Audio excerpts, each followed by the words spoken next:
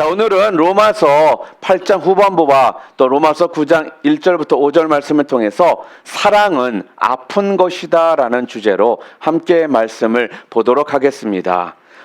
드디어 이제 우리 9장으로 말씀이 이제 시작되기 시작했습니다. 우리가 잘 아는 것처럼 사도 바울은 어떤 사람이었습니까? 사도 바울은 바로 이방인의 사도다라고 분명 성경에 그렇게 기록이 되어 있습니다.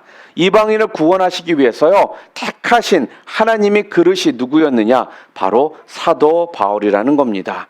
그래서 여러분이 잘 아시는 사도행전 9장 15절 말씀을 보면요, 가라, 이 사람은 내 이름을 이방인과 임금들과 이스라엘 자손들에게 전하기 위하여 택한 나의 그릇이라 라고 명확하게 지금 하나님께서 지금 말씀해 주셨습니다.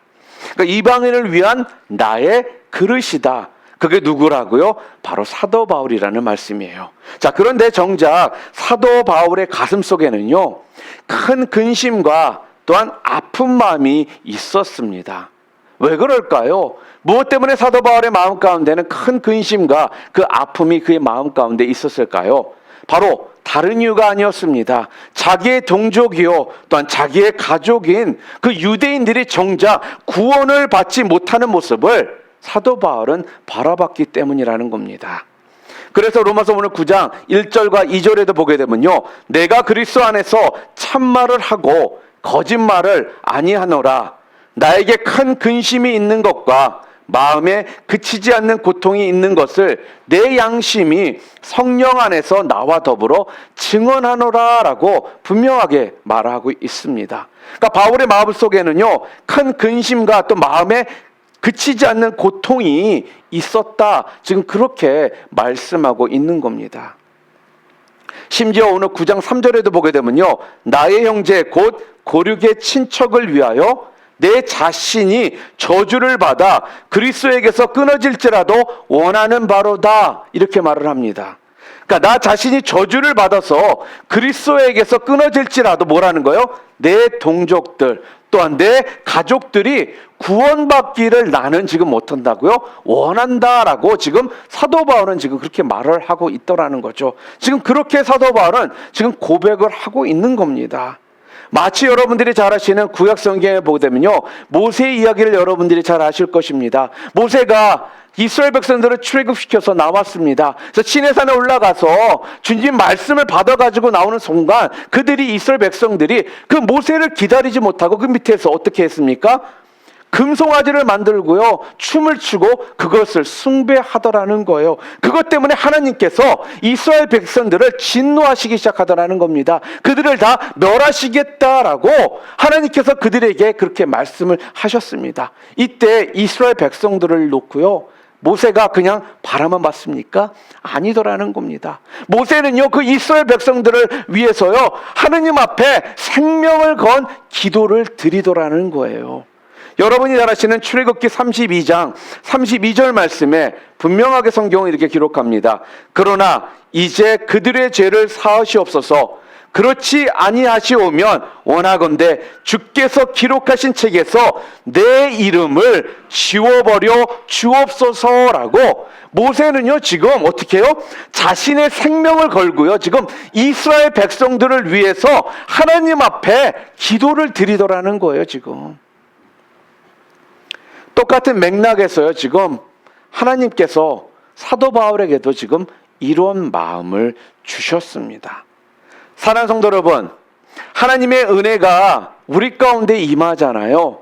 그러면 우리 가운데 나타나는 가장 대표적인 현상이 있습니다.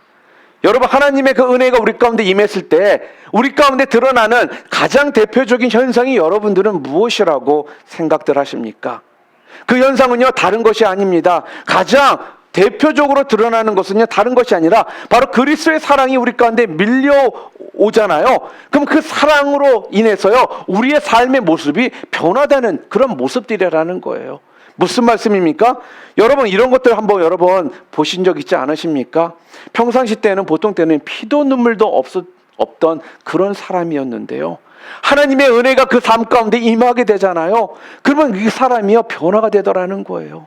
눈물을 흘리더라는 거예요. 그리고 자기밖에 모르던 사람이요, 다른 영혼들을 위해서 눈물로 기도하는 그러한 모습들이 보이게 되더라는 겁니다. 주변 사람들을 바라봅니다. 그들 때문에 안타까워서 기도하고요. 자기도 모르게 눈물이 눈에서 흘러내리고요. 그 영혼을 위해서 목말라 간절한 마음으로 기도하는 이런 모습들이 보이게 되더라는 것입니다. 하나님의 사랑이 임하잖아요. 그럼 누가 시키지 않아도요. 주변 사람들에 대해서 사랑으로 그들을 바라볼 수 있게 되는 이 모습이요. 바로 하나님께서 우리 가운데 임하시면, 성령이 우리 가운데 임하시면요. 우리 가운데 가장 대표적으로 나타나는 모습들이 그러한 사랑의 모습이라는 것입니다. 그런데 가끔씩은요. 사람들 가운데는 또 이렇게 말씀하시는 분들이 있죠. 너무나도 갑작스럽게 피도 눈물도 없을 것 같은 사람이 변해버리니까 저건 뭐야 도대체, 저 사람 뭐지? 혹시 지금 내 앞에서 쇼하고 있는 건 아닌가? 이런 생각을 하는 분들도 있더라는 거예요. 그런데요, 하나님께서, 성령님께서 내 삶 가운데 오잖아요. 그럼 우리의 삶 가운데, 우리 마음 가운데 화학적인 변화가 일어나니까요, 본인이 싫든 좋든 간에 나도 모르게 사랑하는 마음으로 사람들을 바라볼 수밖에 없게 되는 것입니다. 그리고 그 영혼들을 위해 눈물을 흘릴 수밖에 없게 되더라는 거예요. 영혼에 대한 그 뜨거운 사랑과요, 그 영혼에 대한 그 뜨거운 눈물을요, 바로 어떻게 해요? 하나님의 은혜가 임하면 우리 가운데 부어 주시는 것입니다. 여러분, 부모와 자녀의 관계를 보잖아요. 그러면 우리 부모는요, 어떻게 해요? 자녀를 위해 모든 것을 주십니다. 그러나 부모가 자녀한테 사랑을 주고 모든 것을 줄 때요, 어떠한 기대감을 가지고 주기보다는요, 그 자녀가 내 사랑하는 자녀이라는 그 이유 하나만으로 주는 것이 너무나도 자연스러워진다라는 것입니다. 마찬가지라는 거예요. 하나님의 은혜가 임하잖아요. 그러면 우리 가운데 우리의 삶의 모습들이 변화가 되니까 어떻게 해요? 사랑으로 모든 것을 부어주는 것이 당연한 모습으로 바뀔 수밖에 없습니다. 그런데 오늘요, 사도 바울이 왜 이렇게 분명 이방인의 사도로 부르심을 받았던 사람인데 왜 사도 바울이 이렇게 안타까운 마음을 가지고 있냐면요, 다른 이유가 아니라는 거예요. 본인은 분명 하나님 안에서 은혜 가운데 구원에 대한 확신을 가지고 사는데 자기가 사랑하는 그 동족들, 가족들, 주변에 있는 사람들을 바라보니까 그들이 주님을 모른 채 이들이 죽음의 길로, 어둠의 길로 가고 있는 것을 보는데 사도 바울이 마음이 아프지 않을 수가 없는 것이고요, 고통 가운데 눈물로 기도하지 않을 수가 없더라는 거예요. 정확히 보면 지금 어떠한 상황이냐면요, 이런 거예요. 우리 민족이요, 하나님께 지금 쓰임을 받다가 버림을 받는다라고 한번 여러분 생각해 보시기를 바랍니다. 우리 민족을요, 하나님께서 디딤돌 삼아가지고 다른 민족들을, 중국 민족들을 구원하시기 위해서 우리 민족들을요, 잠깐 사용하셨다가 버린다라고 한번 생각해 보시기를 바랍니다. 그것이 하나님의 뜻이라는 거예요. 그러면서요, 나한테 그들을 잠시 썼다가 디딤돌 역할을 하다가 그들을 내가 버릴 것인데 너는 그들을 위해 중국을 구원하는 일에 너가 전도자가 되어서 쓰임을 받아야 된다라고 하나님께서 만약에 우리한테 그런 마음을 주셨다라면, 그렇게 말씀하셨다라면 여러분 어떻게 반응하시겠습니까? 여러분 어떨 것 같습니까?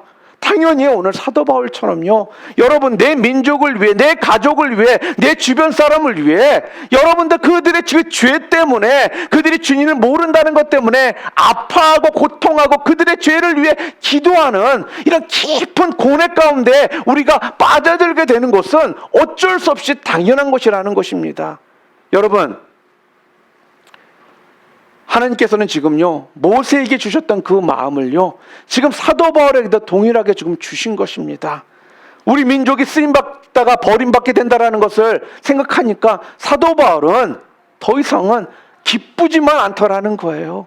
다른 이방 민족들이 구원받는 것이 당연히 좋은 거지만 내 민족, 내 가족, 내 주변에 있는 사람들이 버림받는다 생각하니까 사도 바울은 마음이 아파서 깊은 고뇌 가운데 하느님 앞에 지금 기도를 할 수밖에 없다라는 말씀입니다. 사랑하는 성도 여러분, 오늘 여러분과 저에게도요, 이런 심정이 있어야 된다고 봅니다. 우리 민족을 위해서요, 아니요 우리 조국을 위해서요, 아니요 내 패밀리 멤버를 위해서, 내 가족들을 위해서요, 내 주변에 있는 친척들을 위해서요, 내 친구들을 위해서요, 진짜 이렇게 아픈 가슴을 가지고 하나님 앞에 무릎 꿇고 기도할 수 있는 이런 모습이 우리 가운데 필요하다는 말씀입니다. 사랑하는 성도 여러분, 오늘 본문 말씀은요, 그래서요, 정확히 보면 사랑에 대한 이야기라는 거예요. 도대체 하나님이 부어주시는 이 간절한 사랑이 임하게 되면 도대체 내가 어떤 모습을 품어야 되는지, 그거에 대해서 오늘 본문은 지금 우리들에게 가르쳐주고 있다는 것입니다. 여러분, 사랑이 뭐라고 생각하십니까? 사랑에 대한 데피니션을 물어보면요, 많은 분들이 참 여러 가지 이야기들을 하십니다. 뭐 사랑은 뭐 이거다 저거다 뭐 여러 가지 이야기를 할 수 있잖아요. 그런데 오늘 본문에서는요, 다른 것도 다 떠나서 한 가지를 지금 우리들에게 말씀해 주고 있습니다. 오늘 본문이 우리들에게 말씀해 주고 있는 사랑은 무엇이냐? 사랑은 아픔이라는 겁니다. 지금 오늘 본문은요, 우리들에게 사랑은 아픔이다라고 지금 말을 하고 있습니다. 여러분들 다들 사랑해 보셨죠? 사랑해 보셨기 때문에 결혼하신 거 맞죠? 또한 아직 결혼 안 하셨더라도 사랑 경험 다들 한 번은 있으시리라 믿습니다. 여러분, 사랑을 하잖아요. 진정한 사랑을 하면요, 항상 사랑할 때 여러분 기쁘지만은 않습니다. 사랑을 하다 보면요, 기쁨도 있지만 또 그 안에 고통도 수반된다라는 거예요. 뭐예요? 항상 기쁨만 있는 것이 아니라 동시에 뭐가 있어요? 고통이 함께하는 것이 진정한 사랑이라는 것이죠. 우리가 함께 읽었던 로마서 8장 31절 후반에 보니까요, 오늘 본문 내용 중에 무슨 이야기가 있습니까? 감격과 환희에 차 있는 그런 내용으로 31절 후반부가 그렇게 기록이 되어 있습니다. 뭐라고 그래요? 이걸 의문문으로 표현하고 있는데 뭐라고 표현하냐면요, 누가 우리를 대적하리요? 누가 우리를 고발하리요? 누가 우리를 정죄하리요? 누가 우리를 그리스도의 사랑으로부터 끊으리요? 하면서 뭐예요? 누가 감히 누가 이렇게 확신에 찬 모습으로, 환희에 찬 모습으로 성경에서 말씀하고 있더라는 겁니다. 그러다가 8장 후반부에 결론적으로 38절과 39절에 뭐라고 말합니까?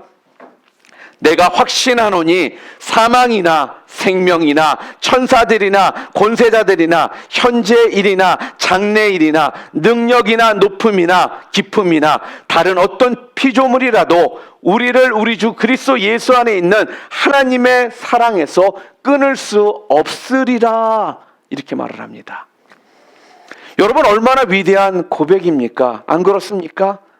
그런데 그 고백이 있고 난 다음에 9장에서는 곧바로 넘어가니까 어떠한 이야기가 나와요? 갑자기 그렇게 사랑 가운데 감격하고 환희하고 있었던 사람들이요, 9장으로 넘어가자마자 어떻게 해요? 곧장 뭐를 하고 있어요? 신음소리가 나기 시작합니다. 또한 탄식소리로 바뀌고 있는 것을 여러분들 보실 수가 있다는 거예요. 그렇게 8장 마지막에서는 환희와 감격 가운데 그렇게 소리치던 사람들이 9장으로 넘어가자마자 더 이상 환희와 감격에 대해서 이야기하는 것이 아니라 뭐예요? 신음소리와 탄식소리로 젖어들고 있더라는 말씀이에요. 여러분, 어떻게 이렇게 갑자기 이렇게 무드가 180도 바뀔 수가 있을까요? 도대체 그 이유가 여러분들은 무엇이라고 생각하십니까?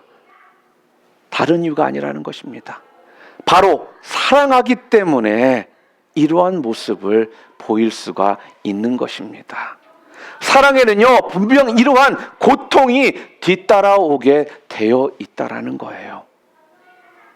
여러분, 한번 잘 보시기를 바랍니다. 우리가 구원을 받았습니다.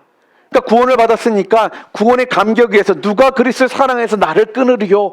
우리는 확실히 구원받았다. 나는 천국 갈 것이다. 너무나도 감격해서 그 감격과 환희 가운데 우리가 분명 이렇게 고백을 했습니다. 그러고 나잖아요. 그럼 구원의 확신 가운데 우리가 들어가 있잖아요. 그 다음으로 나오는 모습이, 다음 쪽으로 나오는 모습이 무엇이냐면요, 그걸로 끝나는 것이 아니라 내가 천국에 대한 확신이 분명하면 분명할수록요, 구원에 대한 확신이 더 분명하면 분명할수록 그때부터 어떠한 일들이 생기느냐, 나만 바라보는 모습으로 바뀌는 것이 아니라 내 주변을 바라보게 되더라는 말씀이에요.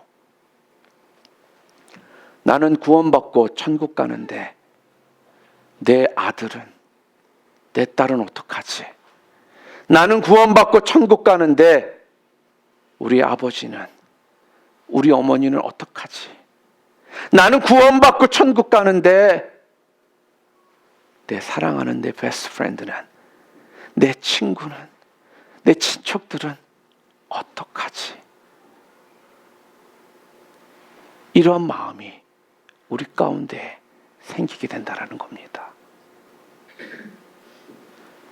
그들을 볼 때요, 그들은 여전히요, 나는 구원받아서 감격하고 환희 가운데 있는데 그들은 여전히 어둠 가운데 있기에, 그들이 그리스도의 사랑을 알지 못하기에, 천국이 뭔지 또 지옥의 고통이 뭔지를 모르고 살고 있기에 그들에 대한 어떤 마음이 듭니까?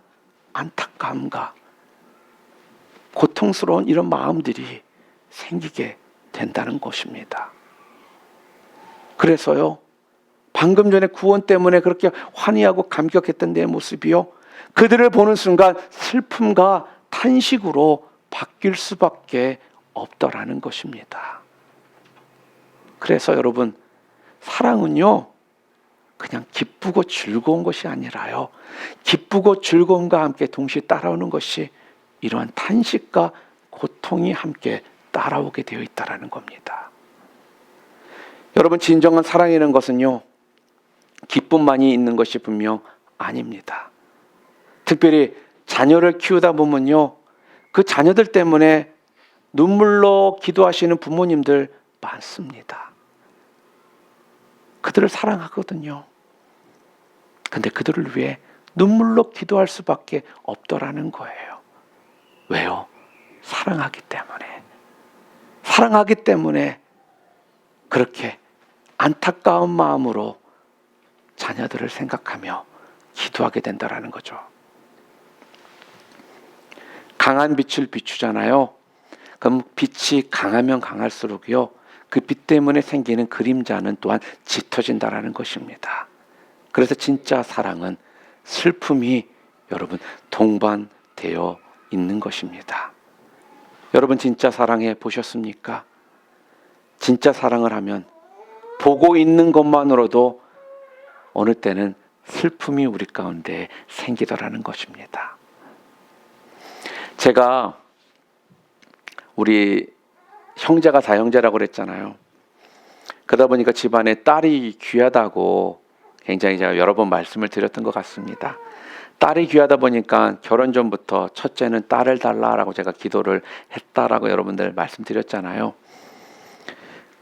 그런데 하나님의 진짜 은혜로 첫 아이가 딸로 태어났습니다. 그런데요, 이 아이가 태어났을 때 너무나 기뻐서 눈물이 나오더라고요. 근데 그 눈물이 나오는데 또 그 시간이 좀 지나가니까 이 애가 이제 자라잖아요. 어느 순간 볼 때마다 불쑥불쑥 제 마음 가운데 무슨 생각이 드냐면, 이놈 얘를 딴 놈한테 주는 게 너무 아까운 거예요. 우리 고은이를 딴 놈한테 주려니까 아깝다 생각이 들면서 마음에 힘듦이 막 생기더라는 거예요. 우리 고은이가 사랑스럽고 이쁜데요, 이 애를 보는데 언젠가 나를 떠날 거라는 생각을 하니까 마음 가운데 여기가 멍하니 나도 모르게 그냥 눈물이 핑 돌 때가 가끔씩 있습니다. 뭐 당연히 우리 고은이는 몰라요. 근데 이건 아빠만 그 애를 바라보고 갖는 그런 마음 아닐까 싶습니다. 여러분, 사랑이라는 건요, 이럴 때 보면요, 여러분 데이트할 때 생각 안 나세요? 데이트할 때 왜 그렇게 마지막까지 서로 먼저 가, 그 다음에 내가 그때 갈게, 서로 못 돌아보고 계속 이거 왜 하십니까?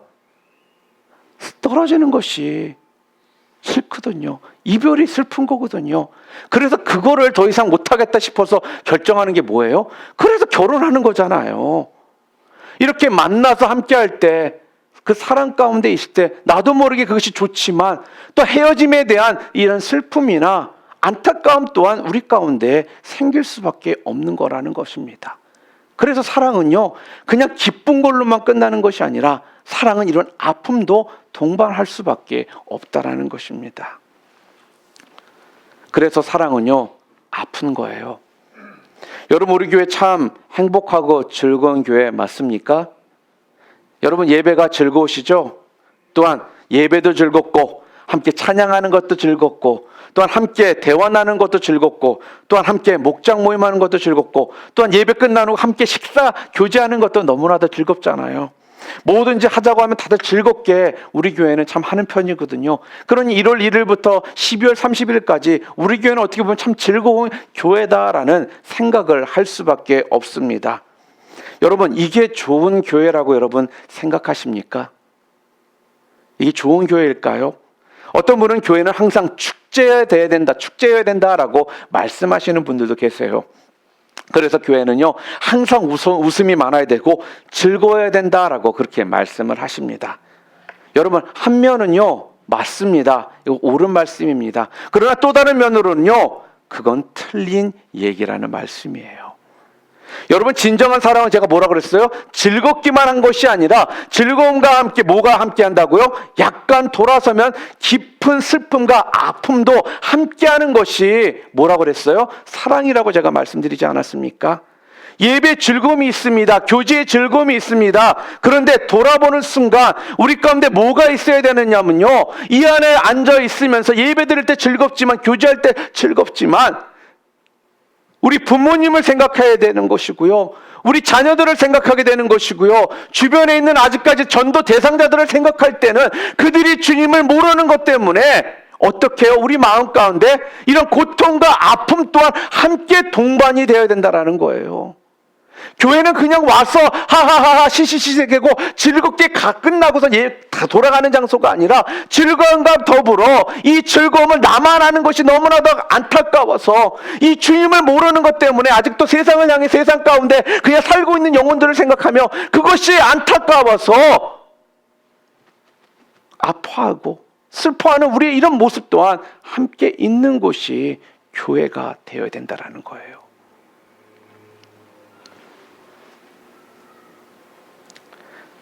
우리 교회가 항상 즐겁고 재미만 있는다면요 그거는 교회로서의 모습을 온전히 그 역할을 감당하는 모습은 아니라는 겁니다.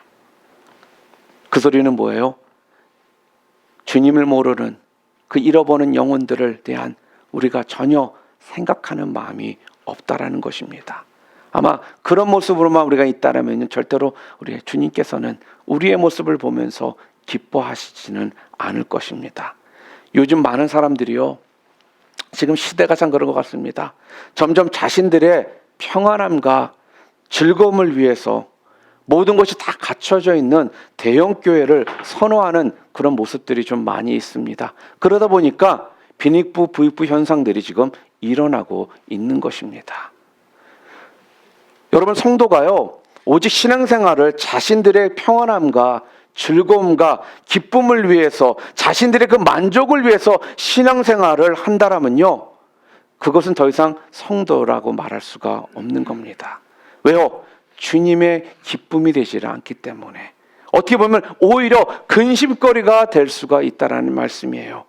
여러분 예를 들어서 계속해서 처음부터 끝까지 웃기만 한다면 처음부터 끝까지 기쁨만 있다라고 한번 생각해 보시기를 바랍니다. 그게 얼마나 무게도 없고 또한 깊이도 없고 세상적으로 말한다면 좀 천박한 모습으로 비춰질 수도 있지 않겠습니까? 여러분 처음부터 끝까지 하하하 거리고 있는 사람을 우리가 뭐라고 합니까? 바보라고 그럽니다.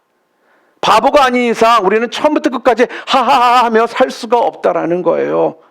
어떤 젊은 여자가 있습니다. 이 젊은 여자가 A라는 남자를 만나서 그 사람과 사랑에 빠졌어요. 함께 데이트하는 것도 기쁘고요. 함께 밥 먹는 것도 기쁘고요. 함께 영화 보는 것도 기쁩니다. 그러다가 그만 헤어지게 된 것입니다. 그랬더니 금방 슬퍼하는 것도 없이 금방 B라는 남자를 또 사귀고 사랑한다라고 합니다. 그리고 또 늘 기뻐합니다. 밥 먹는 것도 기쁘고 짝짝꿍하면 노는 것도 기쁘고 또한 이야 이건 또 색다른 맛이네 하면서 기뻐하는 이런 모습이 있었습니다. 그런데 또 이 B라는 남자와 헤어졌습니다. 그랬더니 내가 왜 슬퍼해? 세상엔 널린 게 남자인데 하면서 그러다가 또 C라는 남자를 또 만나요. 그러더니 야 이건 또 색다른데? 이러면서 야 색다른 또한 그런 느낌이네. 이러면서 또 기뻐하고 벌써 C라는 남자까지 가기 전에 여러분들 생각 가운데 무슨 생각이 드십니까? 저 사람 진짜로 A라는 남자를 사랑했던 거 맞아? 어떻게 사랑했다는 사람이 저렇게 할 수가 있지라는 이런 생각을 갖는 것이 어떻게 보면 당연한 거라는 말씀이에요. 여러분, 진정한 교회라는요, 다른 것이 아니라 기쁨과 고통이 동반하는 것이, 또한 그것이 진정한 교회의 모습이라는 겁니다. 요즘 사람들은 이 교회에서 저 교회로 떠나서 아무 저기가 없습니다. 이 교회 I fall in love with you 이런 식으로 사랑한다라면서 또 다른 교회로 넘어갑니다. 그러고 나서 그 교회에서 처음에 좋다라고 하다가 또 넘어갑니다. 이것이 어떻게 진정한 사랑의 모습이 될 수가 있겠냐라는 거예요. 교회는요, 하나님이 원하시는 모습은요, 사랑도 필요하고 기쁨도 필요하지만 그 가운데 아직도 주님을 모르는 그 영혼들에 대한 고통과 아픔이 있는 이런 모습을 또한 우리를 통해 보기를 원하시는 것이 하나님의 마음이라는 말씀이죠. 한국 교회가 커져가면 커져갈수록요, 점점 이런 모습들이 사라져 버립니다. 무슨 말씀입니까? 사랑, 고통 가운데 영혼들을 사랑하는 이런 모습들이 교회에 사라져 버리기 시작하더라는 겁니다. 처음부터 끝까지 웃기만 하고 기쁘고 즐거움만을 찾는 이런 모습. 그러다 보니까 점점 그 안에서는요, 영혼에 대한 갈망하는 마음이 사라지니까 더 이상은 고뇌하는 모습들이 없더라는 것입니다. 그것이 어떻게 기독교라고 우리가 말할 수가 있겠습니까? 그건요, 영적 쾌락주의다라고 우리가 말할 수 있는 거예요. 사랑하는 성도 여러분, 주님 안에서 기뻐하시기를 바랍니다. 그러나 동시에 주님 안에서 누구보다도 더 많이 괴로워하시고요, 누구보다도 더 많은 눈물 흘리시며 가슴 치시며 상한 심령 가지시고요, 영혼들을 위해 눈물 흘리며 기도하실 수 있는 여러분들 되시기를 주님의 이름으로 축원합니다. 이것이 참된 복음의 본질이라는 것입니다. 진짜 사랑에는요, 기쁨과 함께 동시에 뭐가 있어야 된다고요? 진지함과 고통과 아픔이 동반이 되어야 된다는 것입니다. 이런 이야기가 있습니다. 하숙집 아줌마와 또 엄마의 영성이라는 것이 있어요. 제가 전에 청년 사역을 할 때 이 이야기를 몇 번 제가 함께 나눴던 적이 있습니다. 하숙집 아줌마의 영성을 우리가 가질 수도 있고요, 엄마의 영성을 또한 우리가 가질 수가 있습니다. 어떤 남자 하숙생이 있었습니다. 그런데 밤새도록 게임을 하는 거예요. 눈이 시뻘겋게 가지고 게임을 밤새도록 합니다. 어머니가 그거를 봤다라면 어머니는 어떻게 하실까요? 당연히 방문을 두들긴 다음에 아들의 방에 불이 켜져 있는 것을 보고서 뭐라 그럴까요?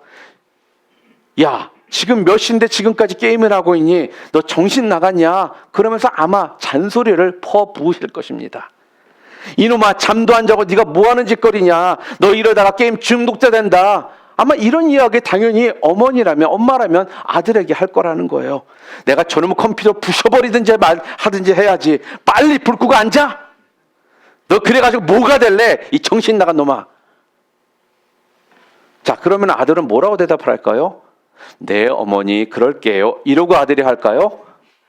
그런 놈 없어요, 거의. 그 밤새 게임하는 놈 치고. 많은 경우 어떡하고요? 아, 엄마 시끄러워요. 자요. 아, 나랑 내가 알아서 할 거예요. 내가 매일 하는 것도 아니고 주말에 좀 쉬려고 하는 건데. 이러면서 엄마 뭐 닫아버려요. 빨리 나가요. 이러는 게 보통 아들들의 모습일 거라는 거죠. 참 투박하죠. 참 세련되지 못한 모습입니다, 서로 간에. 그런데 이게 바로 엄마의 모습이라는 거예요. 교양과 세련미는요, 하나도 없습니다. 왜 그렇죠? 다른 이유가 아니에요. 엄마이기 때문에. 사랑하기 때문에 교양이나 세련을 찾는 것이 아니라 사랑이 먼저이기 때문에 그렇게밖에 할 수가 없다라는 겁니다. 여러분, 그래서요, 사랑은 촌스러운 거예요, 여러분. 교양, 세련 찾지 마세요. 반면에 하숙집 아줌마가 물 먹으러 나왔다가 하숙집 학생이 방에 불이 켜져 있는 것을 봤어요. 그럼 어떻게 할까요? 이 아주머니가 간섭할까요? 안 할까요? 간섭 안 해요. 그런데 혹시 모르니까 불 켜놓고 잘까봐 문을 두드립니다. 그러고서 하는 말이 총각 안 자나? 그러겠죠? 왜 그렇죠? 위 아주머니가 왜 문을 두드렸을까요? 이 총각이 밤새 이렇게 게임하고 저기 하는 것이 걱정돼서요. 이 아주머니가 문을 두드리고 총각 안 자나 하는 건 딱 한 가지 이유입니다. 밤새 저렇게 불 켜놓으면 전기비 나올까 봐. 총각 안 자나 그 말 뒤에 숨겨진 건 다른 것이 아니라 전기값 많이 나오니까 빨리 불 끄고 자. 지금 그런 이야기예요. 이게 하숙집 아줌마의 마인드라는 겁니다.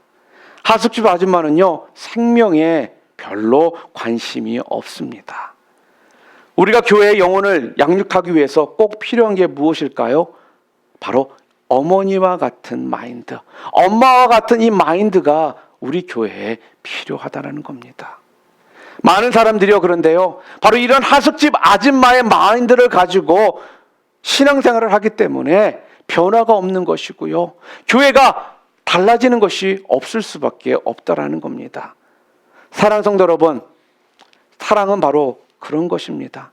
사랑은요, 세련되거나 멋있는 것이 아니라 촌스러운 것이고요, 사랑은요, 바로 이런 엄마 마인드를 가지고 진짜로 영혼이 걱정이 돼서 안타까워서 잔소리를 해야 할 수밖에 없는 것이 바로 엄마의 마인드라는 거예요. 그래서 사랑은요, 기쁨도 있지만 고통도 있고 슬픔도 함께 따라올 수밖에 없는 것입니다. 아픔을 느끼기 때문에 그거는 거치는 것이고요, 아픔을 느끼기 때문에 어느 때는요 좀 촌스러울 수밖에 없는 거예요. 그래서요, 사도 바울을 보면요, 유대인들이 아마 이렇게 생각했을 것입니다. 도대체 저 사람 무엇이길래 저렇게 말을 세게 할까, 거칠게 할까라는, 분명 유대인들이, 이스라엘 백성들이 그런 생각을 분명 가질 수가 있다라는 거예요. 그런데요, 우리가 느끼는 게 무엇입니까? 사도 바울 참 말 거칠다, 저 사람 정말 교양이 없다, 이런 것들을 느끼는 것이 아니라, 야, 그는 진정 우리를 사랑하고 있구나, 이것이 느껴져야 된다라는 겁니다. 이것이 바로 우리 뭐가 돼야 되는 거예요? 이걸 읽을 줄 아는 영성이 여러분과 저한테 필요하다라는 거예요. 저는요, 우리 늘라피는 비전교회 모든 성도님들이요, 교회 오시잖아요. 맞습니다. 행복하기를 원합니다. 즐겁기를 원합니다. 그러나 그 기쁨도 있기를 원합니다. 그렇지만 그냥 영적인 쾌락주의에 빠져서 기쁘고 즐거운 것만을 따지는 것이 아니라, 내가 이곳에 와서, 교회에 와서 그 영혼들을 위해 눈물로 고통 가운데 기도하며 한 영혼이라도 주님 앞으로 인도하는 내가 어떻게 쓰임받을 수 있을까 안타까운 이러한 심정, 깊음 가운데, 마음 가운데 우러나는 그런 안타까움, 이런 마음들이 여러분들이 동시에 느끼실 수 있기를 바랍니다. 세상이 여러분 왜 교회를 향해 손가락질을 하는 줄 아세요? 다른 이유가 아니더라고요. 너희는 너희들 기쁨밖에 모르잖아, 이 질문입니다. 교회는요, 교회에 있는 사람들끼리만 좋습니다. 세상 사람들 가운데, 세상에 있는 사람들을 향해 안타까운 마음이 점점 없어지더라는 거예요. 그들을 향해 고뇌가 없다라는 거예요. 우리 교회가, 우리 믿는 자들이 세상에 아직도 주를 모르는 영혼들을 위해 우리가 무엇을 해야 될지에 대한 이러한 생각들이 없더라는 거죠. 여러분, 복음의 본질이 무엇이라고요? 복음의 본질은 분명 사랑입니다. 사랑에는요, 분명 아픔과 고통이 동반되는 것입니다. 그 전적인 예로 우리들에게 보여주신 분이 누구십니까? 바로 우리 예수님이셨습니다. 우리 하나님께서는요, 우리를 너무나 사랑하셨기 때문에 독생자 예수 그리스도를요, 우리를 사랑하셨기 때문에 이 땅에 보내주셨다라는 거예요. 근데 그걸로만 끝났나요? 아니죠. 예수님은요, 우리들을 때문에, 우리들을 향한 그 사랑 때문에 채찍질 당하시고요, 멸관을 쓰셨어만 되고요, 십자가에 못이 박혀서요 피 흘리실까지 우리를 사랑으로, 또 아픔으로 우리를 감싸 안아 주셨다라는 겁니다. 여러분, 이것이 사랑이라는 겁니다. 그래서 사랑은요, 그냥 기쁘고 즐거운 것이 아니라 사랑은 또한 아픔이 있다라는 겁니다. 이 아픔을 우리가 느낄 수 있을 때, 그때 우리의 삶은요, 진정 다른 것들이 우리의 눈을 통해 비춰지게 될 것입니다. 사랑하는 성도 여러분, 믿지 않는 나의 가족들이 아직 계십니까? 또한 여러분 주변에 전도 대상자들이 주변에 계십니까? 우리의 행복을요, 분명 보여주시기를 바랍니다. 그러나 동시에 우리의 가슴 아픔과 그 저린 그 가슴 또한 보여주실 수 있는 여러분 되시기를 바랍니다. 오늘 우리도요 사도 바울과 같이요 기쁨과 아픔을 동시에 느낄 줄 아는 사랑이 깊은 그런 영성이 있는 주님의 귀한 백성들 모두 될 수 있기를 주님의 이름으로 축원합니다.